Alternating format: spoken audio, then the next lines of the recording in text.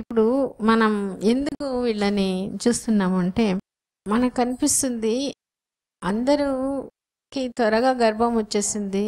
మనం బయట పోయినా, ఒక పెళ్ళిలో పోయినా, అప్పుడు వాళ్ళు బిడ్డలు ఉండేవాళ్ళు. బిడ్డలు లేకుండా ఉండే మన లాంటి వాళ్ళని ఏదో ఒక పనికిరాని వాళ్ళు చాలా అట్లా చూసేస్తారు. మనకు అట్లనే ట్రీట్ చేస్తారు. మనం ఏమనుకుంటున్నాం, అది కరెక్ట్, వాళ్ళు చేసేదే కరెక్ట్ అనుకుంటున్నాం. నువ్వు తక్కువ, నీకు ఇది కష్టం, నీ వల్ల కాదు, ఇటువంటిదంతా మనకి ఎక్కిచ్చేస్తాను, మనం దాన్ని ఎక్కించి పెట్టేసుకుంటున్నాం. కానీ దాన్ని దాటుకొని కొన్ని ప్రాబ్లమ్స్ ఉన్నప్పుడు ఖచ్చితంగా మనం ట్రీట్మెంట్ ఈ కాలంలో ఉంది. ట్రీట్మెంట్తో పాటు మనం ఈ పట్టుదలగా ధైర్యంగా ఉన్నప్పుడు ప్రాబ్లమ్స్ ఉన్నా కూడా దాన్ని సాల్వ్ చేసుకొని మంచి బిడ్డగా తీసుకోగలుగుతారు.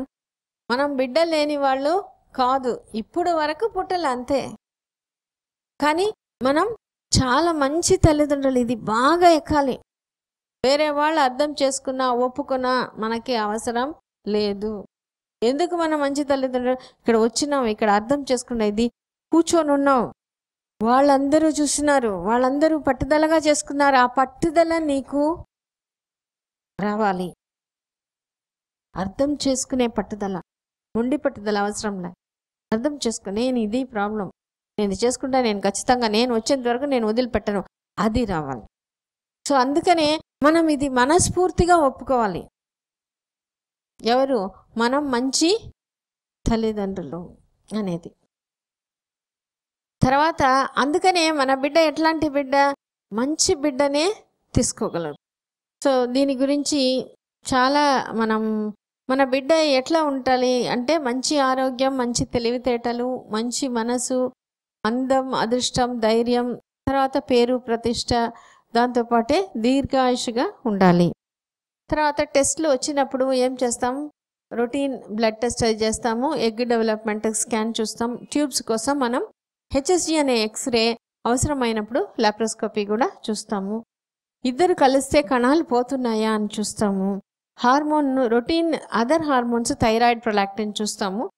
గర్భం నిలిచే హార్మోన్ సీరం ప్రొజెస్ట్రాన్ కూడా చూస్తాము.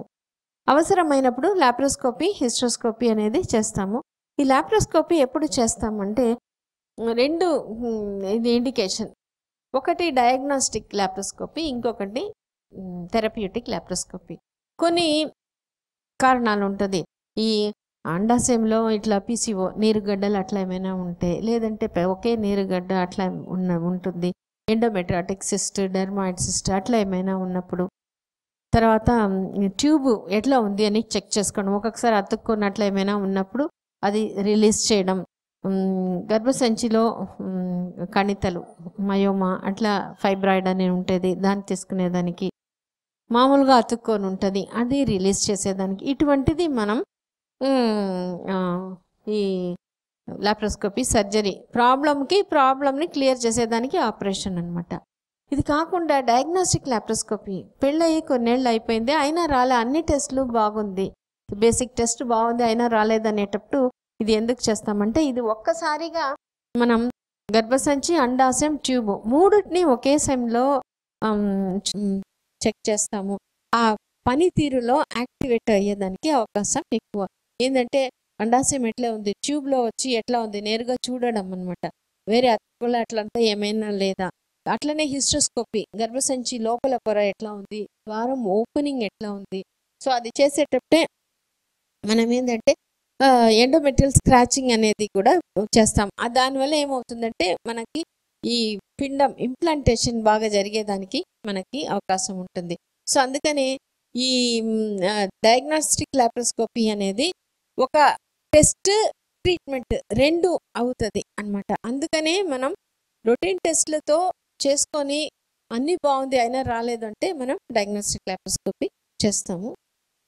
అట్లనే ఇంకొకటి ఏంటంటే ఐయుఐ అనే ప్రొసీజర్, ఇది కూడా ఏంటంటే అన్నీ బాగుంది, అదే బాగా గమనించి అన్నీ బాగుంది. ఇప్పుడు లాప్రోస్కోపీ చేసేటప్పుడు ఒక్కొక్కసారి మగవాళ్ళకి కౌంట్ తక్కువగా ఉంది, కొంచెం దాంట్లో టైం అవుతుంది అనేటప్పుడు ఫస్ట్ లాప్రోస్కోపీ చేసుకొని దానికి వెయిట్ చేసేటప్పుడు మనకేమనిపిస్తుంది, అయ్యో ఎంత ఆపరేషన్ చేసుకొని కూడా నాకు లేట్ అయిపోయింది.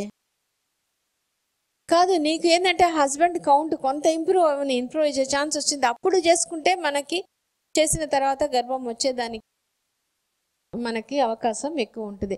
అట్లా మనం చేసే ముందు, ఒక టెస్ట్లు చేసే ముందు మనం వచ్చేటప్పుడు ఎంత టైం అవచ్చు, త్వరగా కావచ్చు. ఒక్కొక్కసారి కొంచెం మందికి వాళ్ళు ఒంటి తీరు ప్రకారం కొంచెం లేటుగా కూడా ప్రెగ్నెన్సీ వచ్చిన వాళ్ళు చాలా మంది ఉన్నారు. సో అది మనం తెలుసుకోవాలి. ఒక్కొక్కసారి మనం ఏమనుకుంటాం, ఇది చేసిన వెంటనే రాలేదు, ఇంకా నాకు రాదులే, నాకు చాలా కష్టం.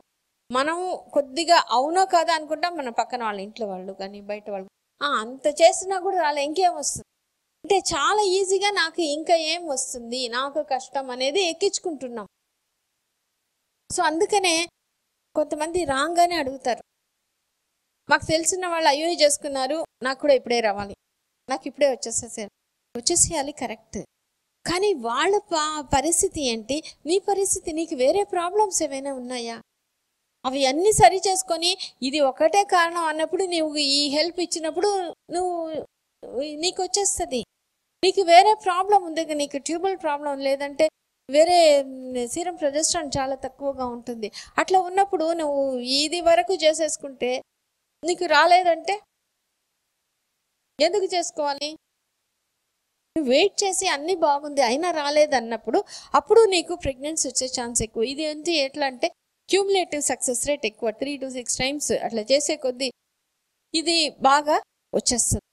సో అందుకనే మనం ఇది తెలుసుకునేటప్పుడు ప్రాబ్లం ఏంటి, నాకు ఎప్పుడు చేస్తే ఇది పని చేస్తుంది అనేది బాగా తెలుసుకునేటప్పుడు, ఎందుకంటే అండం బాగా పెరిగి విడుదలయ్యే టైంలో మంచి కణాలని మనం సరి చేసుకొని అది మనం గర్భసంచిలో ప్రవేశపెట్టినప్పుడు మనకి ప్రెగ్నెన్సీ మిగిలినది బాగున్నప్పుడు ఇది ప్రెగ్నెన్సీ వచ్చేదానికి అంటే మనం సొంతంగా రావట్లేదు, అది మనం చేయి పెట్టి ఇట్లా తీసుకున్నట్టు అప్పుడు ఇది బాగా పనిచేస్తుంది. ఖచ్చితంగా సక్సెస్ రేట్ ఎక్కువగా ఉంటుంది. ఇది ఏంటంటే ఒక్కొక్కసారి 3 times 6 times చేసేటప్పుడు వాళ్ళ ఒంటి తీరు ప్రకారం వాళ్ళ బిలీఫ్ ప్రకారంగా అది సక్సెస్ అనేది ఖచ్చితంగా ఇది కూడా మనం ఇది వచ్చేదానికి మన ట్రీట్మెంట్ ఇది బాగా హెల్ప్ చేస్తుంది. అందుకని ఒక ట్రీట్మెంట్ సెలెక్ట్ చేసే ముందు ఎప్పుడు చేయాలి, ఎవరికి చేయాలి, చేస్తే ఎంత టైంలో వస్తుంది అనేది మనం బాగా తెలుసుకొని అది చేసినప్పుడు ఖచ్చితంగా అది హెల్ప్ చేస్తుంది. టెస్ట్ ట్యూబ్ బేబీ ఎప్పుడు 2 ట్యూబ్ పూర్తిగా పాడైపోయింది, తర్వాత మగవాళ్ళకి కణాలు బాగా తక్కువగా ఉంది, లేదా పెళ్ళై చాలా ఏళ్ళు అయింది అయినా రాలేదు అనేటప్పుడు మనం అది టెస్ట్ ట్యూబ్ బేబీకి పోవాలి.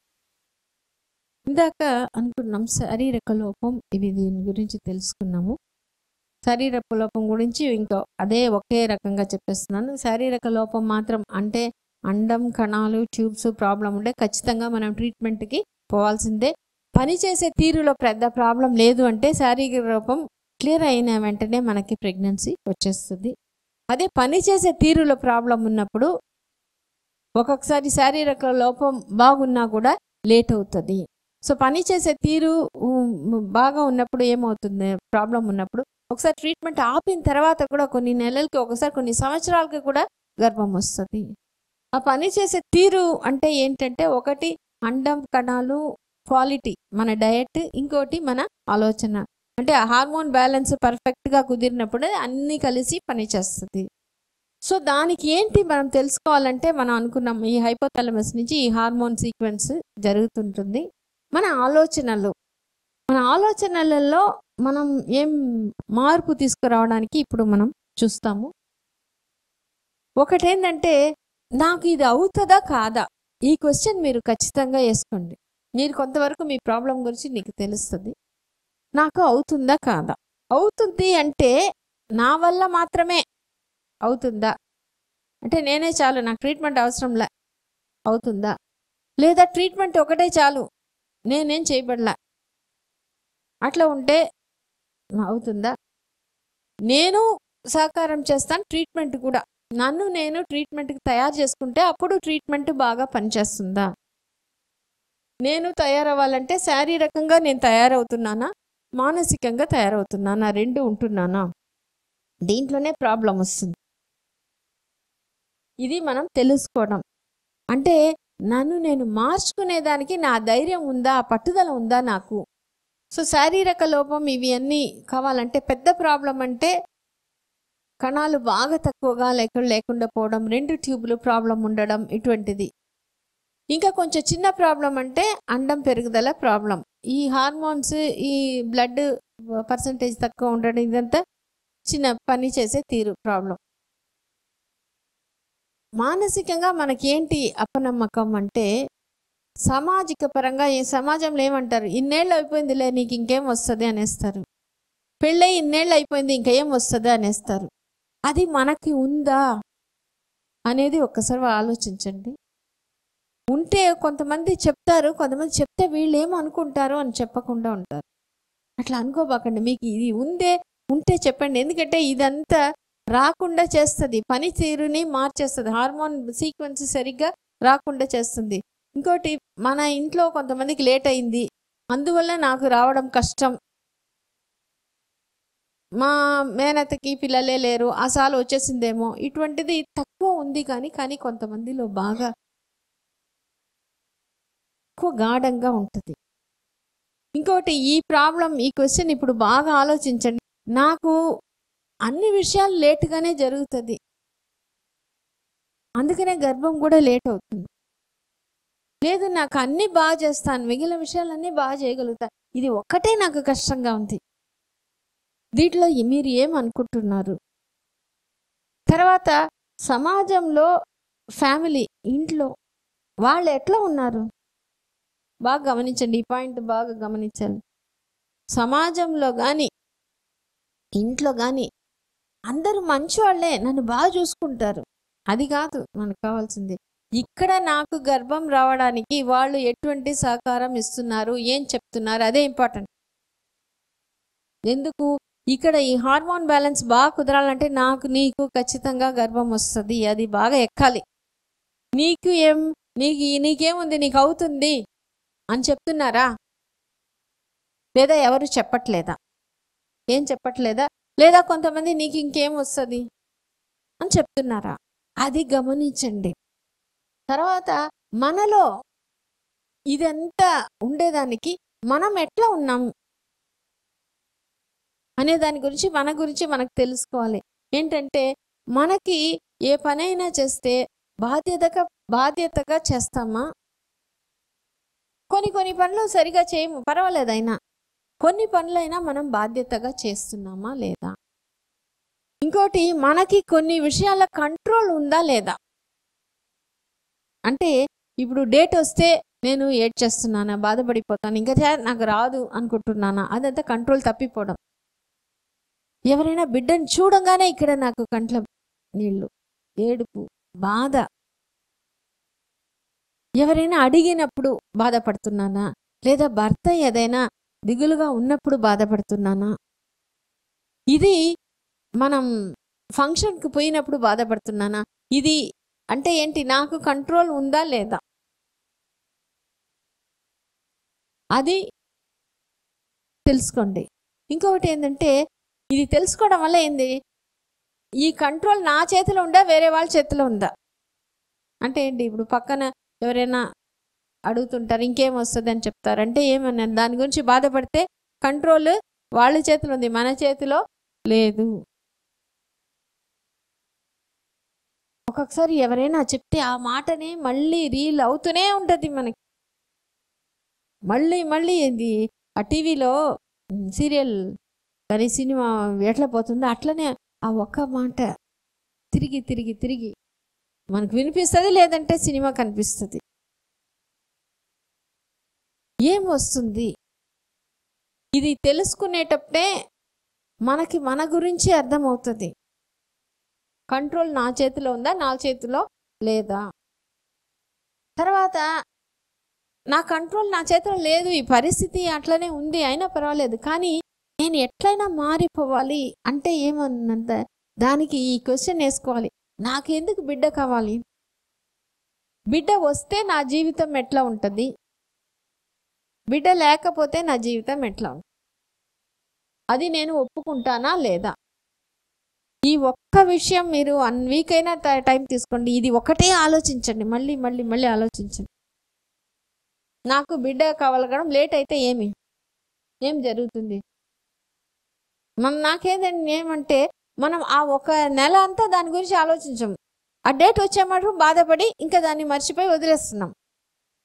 నాకు ఎందుకు బిడ్డ కావాలి, నాకు ఇన్నాళ్ళు లేట్ అయింది అందువల్ల నాకు కష్టం, అదంతా వదిలే. నాకు ఎందుకు బిడ్డ కావాలి? లేట్ అయితే నా పరిస్థితి ఏంటి? కలగకపోతే దాన్ని నేను ఒప్పుకుంటానా లేదా? నాకు బిడ్డ ఉంటే నాది ఎట్లా ఉంటుంది? ఇది ఎందుకు కావాలి? నాకు బిడ్డ కలగకపోతే ఉండే పరిస్థితిని నేను ఒప్పుకుంటానా లేదా? అది ఎందుకు ఇది వేసుకోవాలంటే మనకి ఆకలి కలగాలి. ఆకలి కలిగినప్పుడు ఏంది, మనం ఏ పనైనా చేస్తాం. ఆకలి కడుపు అది ఆకలి తీరేదానికి మనం మోమాటం చూడము, సిగ్గుపడము. మనం కొంచెం ఏమైనా అన్నం పెట్టమ్మా, అత్తగారిని కూడా అడుగుతాను, నేను ముందే తినేస్తానండి. ఆకలి అటువంటిది. ఆకలి రావాలి అంటే నేను నా బిడ్డని ఖచ్చితంగా తీసుకోవాలి. ఎందుకు తీసుకోవాలి? అది బాగా ఆ ఫీలింగ్ అప్పుడు వస్తుంది. ఇది లేకపోతే నేను ఒప్పుకోలేను అనే దాన్ని గురించి మీరు మాట్లాడండి, ఆలోచించండి, డిస్కస్ చేసుకోండి. అది వచ్చినప్పుడే నెక్స్ట్ నన్ను ఎట్లా మార్చుకునేది, ఇది బాగా గమనించండి. నన్ను నేను మార్చుకోవాలి. నాకు ఇందాక అనుకుంటాం కదా, నాకు గర్భం రావడం చాలా కష్టం, నాకు ఇన్నేళ్ళు అయిపోయింది అంటే ఆ ఆలోచనకి, నా బాధకి, నాకు బిడ్డ కలగకుండా ఉండేదానికి కనెక్షన్ ఉందా? నెక్స్ట్ అది నిజమా కాదా? అది నెక్స్ట్ ఇంకా ఇంపార్టెంట్. చాలాసార్లు మన నమ్మకాలు నిజాల్లాగా అనిపిస్తుంది, నిజం కాదు. ఇందాక మనం చూసుకున్నాం, చాలా పెళ్ళి 10 ఏళ్ళు 20-25 సంవత్సరాల వరకు మనం చూసేస్తాం. గర్భం లేని వాళ్ళకి ఖచ్చితంగా వస్తుంది. కానీ శారీరక లోపం సరి చేసి అది పని చేయాలంటే, ఆ హార్మోన్ సీక్వెన్స్ బాగా కుదరాలంటే ఇది వెళ్ళిపోవాలి. నాకేంది, మా ఆయన నన్ను పట్టించుకుంటేనే, మా ఆయన నాకు సపోర్ట్ ఉంటేనే నాకు అవుతుంది. మా ఆయన చెప్పడు, మా ఆయన ఏడుస్తాడు, ఆయన దిగులు పడిపోతాడు, మా అత్తగారు చెప్తుంది, వీళ్ళందరూ మారితేనే నాకు వస్తుంది. వాళ్ళు మారరు, అవసరం వాళ్ళది కాదు. నీ ఆకలికి నువ్వు తినాల్సిందే. అందుకని మనకి మళ్ళీ మళ్ళీ వచ్చే ఆలోచన ఏంటి, అది గమనించండి. గమనిస్తే ఏమవుతుంది, అది నెక్స్ట్ నిజమా కాదా? ఒక్కొక్కసారి అది చిన్నప్పటి నుంచి తీసుకోవచ్చు. ఒక ఆమెకి ఏంటంటే మళ్ళీ అబార్షన్స్ అవుతుంటుంది 2-3 సార్లు. అప్పుడు ఆమె ఒకసారి అనింది, నేను మంచి తల్లిగా ఉండనేమో అందుకనే దేవుడు తీసేస్తున్నాడు. అవును, నేను మంచి తల్లిగా ఉండవు అని నీకెట తెలుసు? నాకేమో అట్లా అనిపిస్తుంది. ఎందుకు అనిపిస్తుంది ఆలోచించుకొని రాపో. ఒక వారం తర్వాత వచ్చింది, ఆమె చెప్పింది, నాకు ముగ్గురు ఉండేవాళ్ళు, చెల్లెలు తమ్ముళ్ళు, నేనే పెద్ద. నాకు 10 ఏళ్ళప్పటి నుంచి నేనే వాళ్ళని చూసుకుంటున్నా. ఒకసారి ఏమైంది, ఒక తమ్ముడు ఏదో చిన్న ఇది చేసి వీళ్ళ అక్క మీద వేసేసాడు. వాళ్ళ అమ్మ రాగానే ఆ అమ్మకి చెప్పేస్తే, యాక్చువల్ చేసింది వాడు, కానీ చిన్న పిల్లలు కదా. వాళ్ళ అమ్మ అనిందంట, ఇది కూడా నువ్వు చేసుకోలేవు, నువ్వు ఎట్లా మంచి తల్లిగా, నువ్వు మంచి తల్లిగా ఉండవు. రికార్డింగ్ అది ఎక్కడో దాగి ఉండి పూలమాలల్లో దారంలాగా ఏం చేసింది, అక్కడి నుంచి నేను మంచి తల్లి కాదు. ఎందుకు? నేను చెప్పింది మా తల్లి ఎప్పుడో చెప్పింది, దాంట్లో నిజం ఏదో మాటకి వరుసకి అనింది. కానీ ఈమె అప్పుడే వయసు ఇంత ఏళ్ళు అయినా కూడా పట్టేసుకోవడం వల్ల ఏమవుతుంది, అబార్షన్, శారీరక లోపం బాగా చేసే, ట్యూబ్ లైట్ ఎంత బాగా చేసుకున్నా స్విచ్ ఆఫ్ చేస్తే ఎక్కడి నుంచి వెలిగేది. ఎప్పుడు ఆమె అది వదిలిందో అర్థం చేసి, అది అప్పటికి మేబీ ఆ టైంకి, ఇప్పుడు కూడా నిజం కాదు, దాంట్లో నిజం లేదు. కానీ చాలా మంది ఇట్లా మనం ఒక్కొక్కటి పట్టేసుకుంటున్నాం. నువ్వు ట్రీట్మెంట్ ఏం చేస్తుంది, శారీరక లోపం సరి చేస్తుంది, పని చేసేది ఎవరి చేతిలో ఉంది? మన చేతిలో ఉంది. ఈ అపనమ్మకం దించిపెట్టడంలో ఉంది. ఈ అపనమ్మకం ఇది ఇరేజ్ చేసేసుకోవాలి. ఏం ఇరేజ్ చేయాలి? ఈ రికార్డింగ్ని ఇరేజ్ చేసేయాలి, చేసేసి మళ్ళీ కొత్తది రాసుకోవాలి, రికార్డింగ్.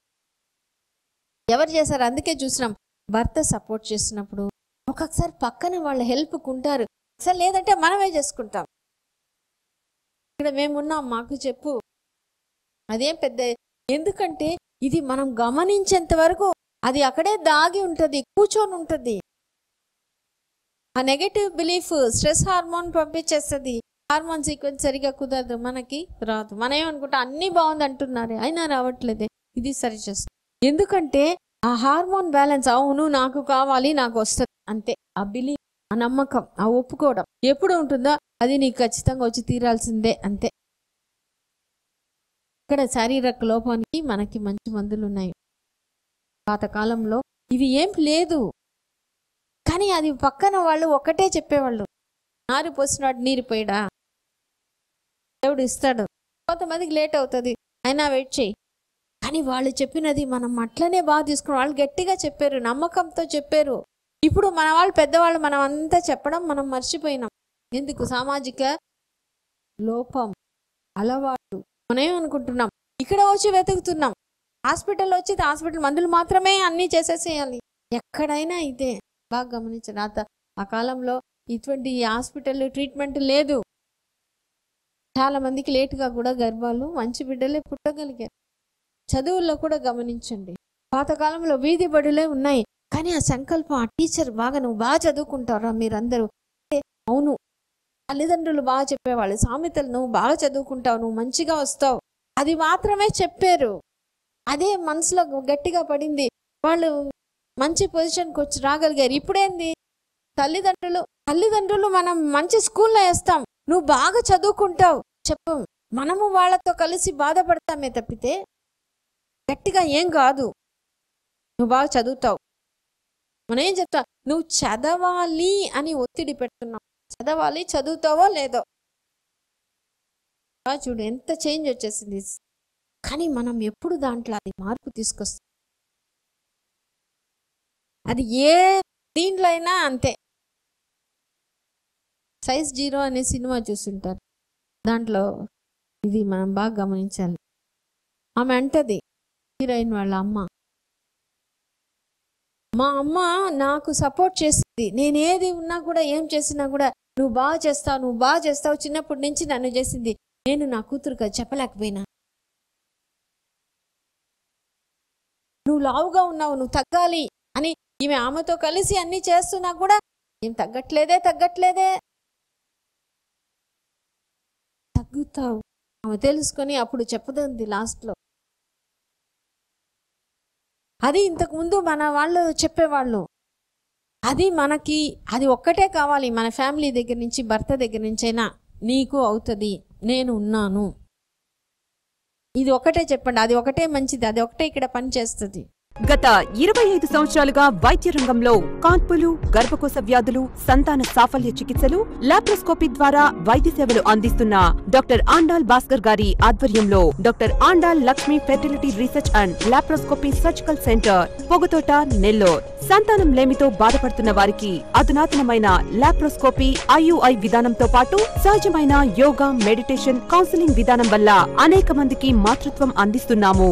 మా ప్రత్యేకతలు: ఐయుఐ పరికరం, అధునాతన ల్యాబ్ సౌకర్యము, లాప్రోస్కోపీ, హిస్టోరిస్కోపీ సదుపాయము, అధునాతన ఆపరేషన్ థియేటర్. సంతానం కొరకు ట్రీట్మెంట్ తీసుకున్న వారికి మానసిక ఒత్తిడి తగ్గించి గర్భము సుఖమము చేయడానికి అనుభవజ్ఞులైన కన్సల్టెన్సీచే కౌన్సిలింగ్. నెల్లూరులో పిల్లలు లేని వేల మంది దంపతులకు అధునాతనమైన వైద్యం ద్వారా సంతాన సాఫల్యత అందిస్తున్న ఏకైక hospital doctor Andal Lakshmi fertility research and laparoscopy surgical centre, Raghava cine complex ఎదురుగా, పొగతోట, నెల్లూరు.